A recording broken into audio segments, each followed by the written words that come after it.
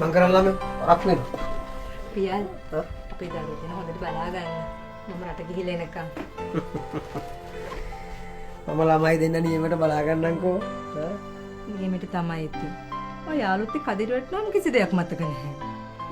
පීතා යාළුවා ආශ්‍රය නොකර පුළුවන්ද? ඉතින් මං කිව්වේ නෑනේ යාළුවා ආශ්‍රය කරන්න එපා කියලා. මං කිව්වේ අපේ දරුවෝ දෙන හොඳට බලා ගන්න කියලා. හරි හරි. අන්නේ අපොට්ට යන වෑන් එකත් ඇවිල්ලා. පුතා දුව එහෙනම් මං ගිහින් එන්නම්. මතකයි නේ මං කියලා දීපු දේවල්. අම්මා නම් රට යන්න හදන්නේ කම ඉදිහට. වන්දාට සූදානම් වුණා. ඔව් පෙත්තෝ. මම විදේශ සේවා නීති කාර්යාංශයෙන් පුහුණුවක් ලැබුවා. එහෙදි කියලා දීපු විදිහට තමයි මං හැම දෙයක්ම කළේ. මන් දැක්කා. පෙත්තෝ අපේ ගෙදර හොඳට බලා ගන්න. නටුව බෑනේ. මං ගිහින් එන්නම් පෙත්තෝ. බයි. බයි පෙත්තෝ. අබගමන්. මම මේකද කට්ටියට ආදරේනේ. ඒක නිසා හැම දෙයක් ගැනම අහක හගෙන ඉන්නේ. අම්මා නම් රට යන්න හදන්නේ කම ඉදිහට. වන්දාට සූදානම් වුණා. දැක්කා. පුතේ මං රට ගියාම පුතාව දැන් කරනටත් වඩා වැඩි හොඳට ඉස්කෝලේ වැඩ කරන්න ඕන. ප්‍රශ්න ආවා කියලා ඉස්කෝලේ නොගිහින් ඉන්න හිම්පා. අපිට තනියම කරගන්න පුළුවන් වැඩ මොනවද? මේ හැම දෙයක්ම තනියෙන් කරගන්න බලන්න. අනික පුතේ ඉස්කෝලේ වැඩත් කරගෙන, ගෙදර වැඩත් කරගෙන, තාත්තට උදව් කරගෙන හොඳින් ඉන්න ඕනේ. ඒ වගේම මගේ සුදුදුවේ ප්‍රධානම දේ තමයි පරිසං වෙලා ඉන්න. තේරුණාද ඔයාට? කාගෙන් නම් පරිස්සම් වෙන්නේ? හොරුන්ගෙන්ද? හොරුන්ගෙනුත් පරිසං වෙන්න ඕන තමයි. ගෙදර බඩු හොරු අරගෙන ගියොත් ඒ වාපහු සල්ලි දීලා ගෙදර ගේන්න පුළුවන්. ඊටත් වැඩිය අද ඉන්න නරක දරුණු මිනිස්සුන්ගෙන් තමයි පුතේ ප්‍රවේශම් වෙන්න ඕන. අම්මා කියන දේ මම දන්නවා. ඔය පත්තරවල තියෙන්නේ සමහර මාමලා, බාප්පලා, සීයලා, තාත්තලාගේ යාළුවන්ගේ අතින් උතත වෙන අපි වගේ ළමයි ගැන. ඒ කියන්නේ මගේ දුව දැන් රටේ ලෝකෙ ගැන විස්තර දන්නවා.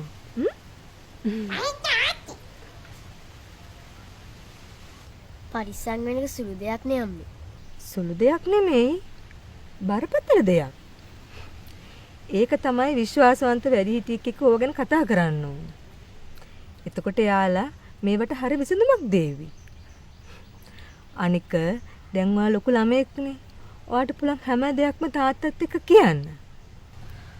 ආශ්‍රය කරන යාළුවෝ ගැන දෙමව්පියෝ දැනගෙන ඉන්න ඕන.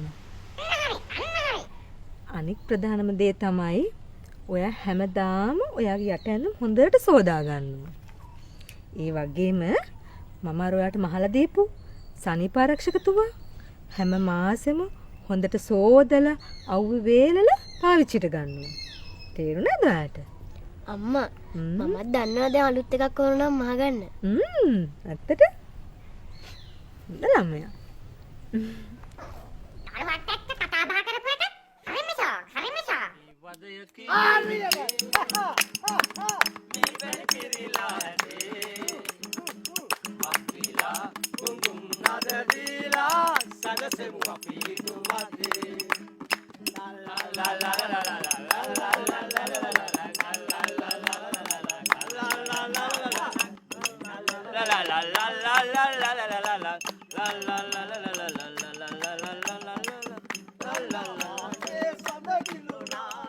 සිතා මුළු කාලයම දුකින් ගත කළ රජකින් හා බිසවා රසට රසකි මිහිරට ඉක්මි අපේ භූමි මෙසි පොදි මන්දෝසේ උගයි සපයි පාදා දෙන්නේ අපේ හිතයි ඔයාලට බඩගිනි ඇතිනේ. මම කඩේට ගිහලා මොනවාරි අරගෙන එන්න.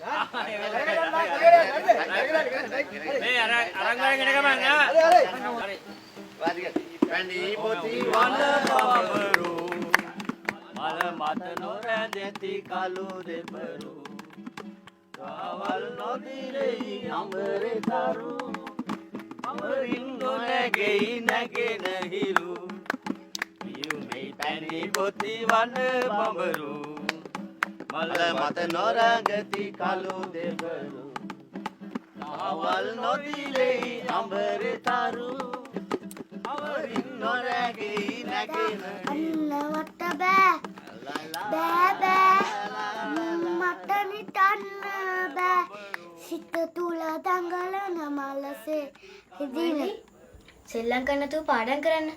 මේ සෙල්ලම් කරන තියලා තියෙන වෙලාවක මේ පාඩම් කරන වෙලාව. අම්මා ගෝ මතකයිනේ. පැණි පොති වන බඹරු මල මත නොරගති කළු දෙබරු අවල් නොදිලෙයි අඹරේ තරු අවරින් නොරැගෙයි රජකම් කළත් කොතරම් රජසැප තිබුණත් පළක් නැතේ. සිත සිතා මුළු කාලයම දුකින් ගත කළ රජකින් හා බිසවක් ඈත අතීතයේ එකමත් එක රටක වාසය කළ. ඒ දෙදෙනාගේ දුකට හේතු වුණේ දරුවන් නොමැතිකමය. දරුවන් ලැබෙන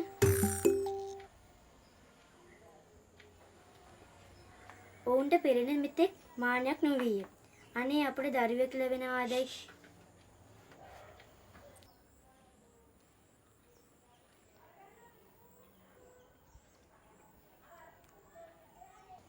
හපෝ මාමා මොනවද ඉගෙනගෙන තියෙන්නේ?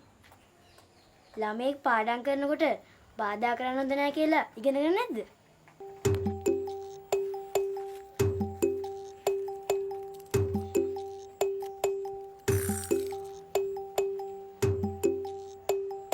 මේ පොඩි බඩ්ඩා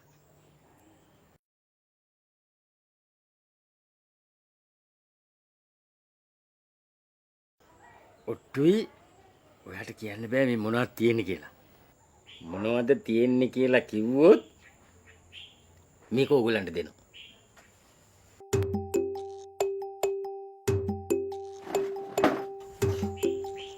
කොහෙද එන්නේ? ඔයාට නෙමෙයි අක්කට. බාලේ පොලිටම මට දෙන්න ඕන.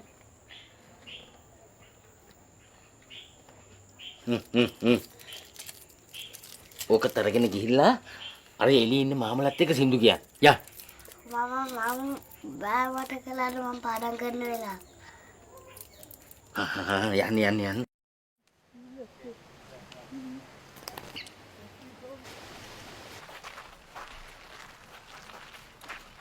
මෑ පිට මිනිස්සු ළඟ ඔහම දරුවෝ දාලා යන සිරිතක් තියනවාද? ඉතින් මොකෝ? තව විශ්වාසයි මගේ යාළුවෙක්. නිකන් මෝඩ වෙන්න එපා. තමයි යාළුවා මෙකාගේ නෑ. දන්නවද? දැන් මම අර එක මහ ලොකු යාළුවෙක් ගැට ඇගුණා. ඉතින් මොකෝ?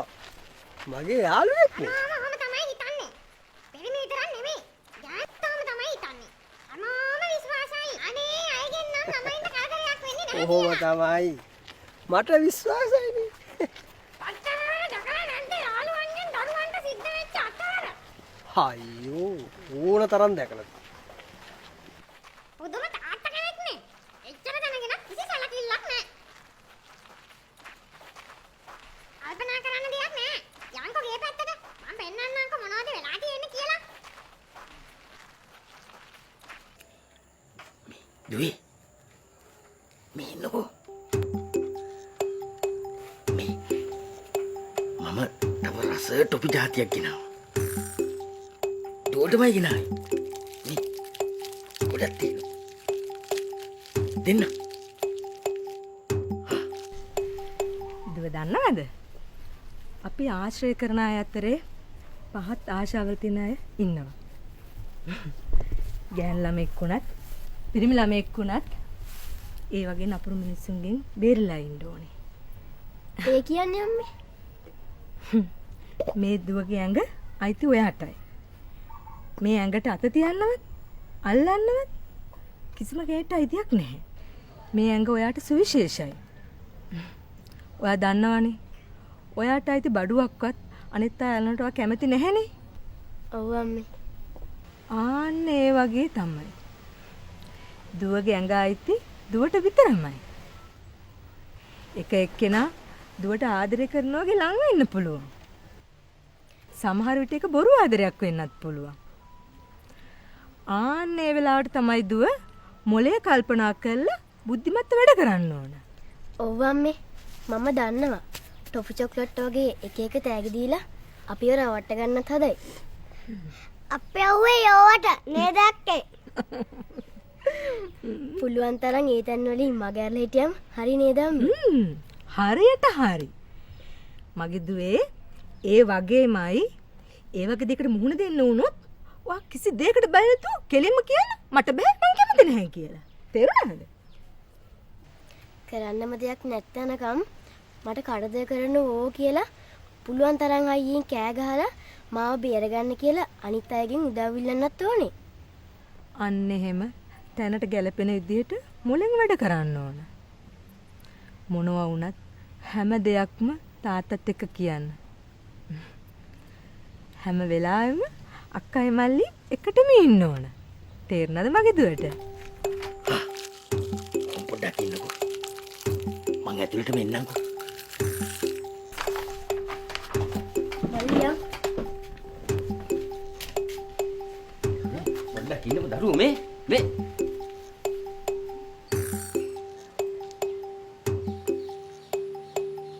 යාළුවෙක් කරන්න බලන්න එපා. ෂේප් එකක් දාගන්න. ළමයෝ ඔහොම ඉන්න. මං තාත්තගේ යාළුවෙක් නේ.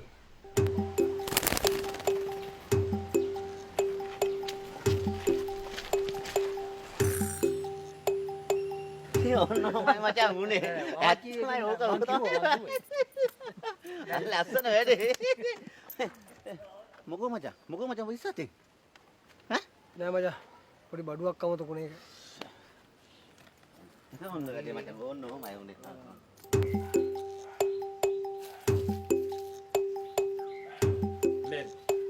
මොකද මචං ගිය පයින් මාර? නෑ මං පොඩි බඩුවක් අමතකුණා.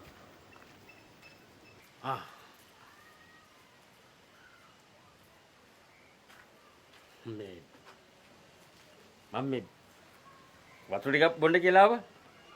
යා. හරි. මේ ඔය දෙන්නට මොලේ තියනවා නේද? නැතුව ඒකනේ අපි දෙන්න ගෙයින් එළියට ඉක්මනට ආවේ. ඇයි මල්ලිගේ මොලේත් හොඳයි. අපේ අව්වේ යෝවට නේද වෙත්තු? ඒක තමයි.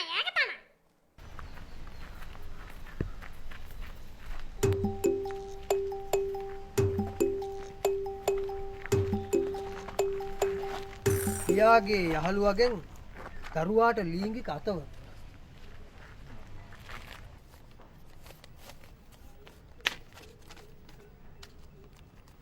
පාසල ඇරි තනියම ගෙදර දැරියට ලිංගික අතවර.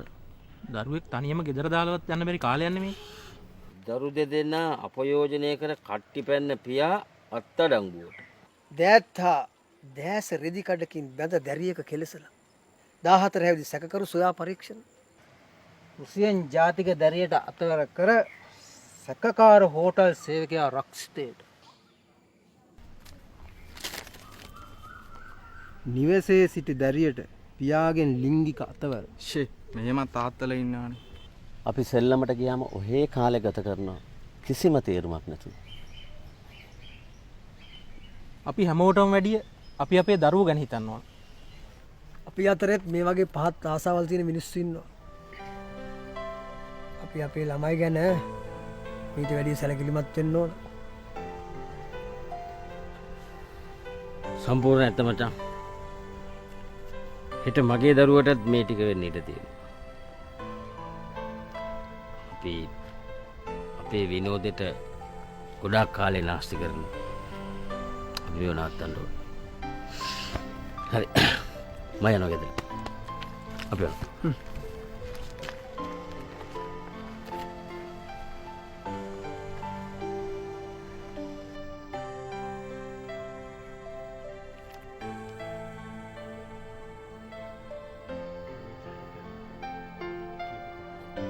පියල් අපේ දරුවෝ ගැන හොඳට බලා ගන්න. මම රට ගිහිල්ලා එනකම්. මම ළමයි දෙන්න නියමයට බලා ගන්නම්කෝ. නියමෙට තමයි ඉතින්. ඔය යාළුත් එක්ක කදිර වැටුනම කිසි දෙයක් මතක නැහැ. ගීත රට යන්න කලින් කියපු කතාව හරි. අපි දරුවෝ ගැන මීට වැඩිය සෙවිල්ලෙන් ඉන්නවා.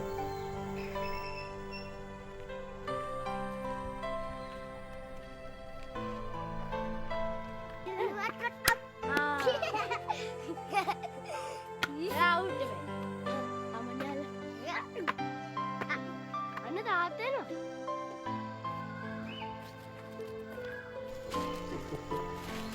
ඔන්න අද මම වැඩ අරන ගාම්මා.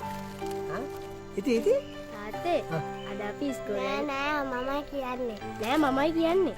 හරි. දුවයි පුතයි දෙන්නම කියන්නකෝ. දුවේ මල්ලිට කියන්න කිව්වද? තාත්තේ අද අපි ඉස්කෝලේ ඇරලා එනකොට පාරේ බලු පැංචෙක් හිටියා. අපේ ඌ ආනයකට අහුවේ කියලා පරියා පැත්තේ ගෙදරින් තිබ්බා. දුවයි පුතයි දෙන්න එකතු වෙලා ඒ බලු පැටියගේ ජීවිතේ බේරුවානේ. ඉති තව මොනවද කරේ? මල්ලි මමයි දවල්ට බත් කෑවා, පාඩම් කරා, සෙල්ලම් කරා. මට ඉතින් දුවයි පුතයි ගැන නම් කිසි දෙයකට බය වෙන්න දෙයක් නෑ. මම ඉතින් එදා දැක්කනේ ඉතින් දුවාගේ පුතාගේ හපංකා. තාත්තා බය වෙන්න එපා තාත්තේ. අපිට යා ගෙදර දර්ශනයක්වත් ඉන්නවනේ. තාත්තට හැමදේම අපි කියනවා. අන්න එහෙම කතා බස් කරලා තමයි අපි ජීවත් වෙන්නේ. එතකොට තමයි අපිට එන ප්‍රශ්නවලට සාර්ථකව මුහුණ දෙන්න පුළුවන් වෙන්නේ. එතකොට තමයි හොඳ දේ මොකද්ද? නරක දේ මොකද්ද කියලා දුවට පුතාට කියලා දෙන්න පුළුවන්.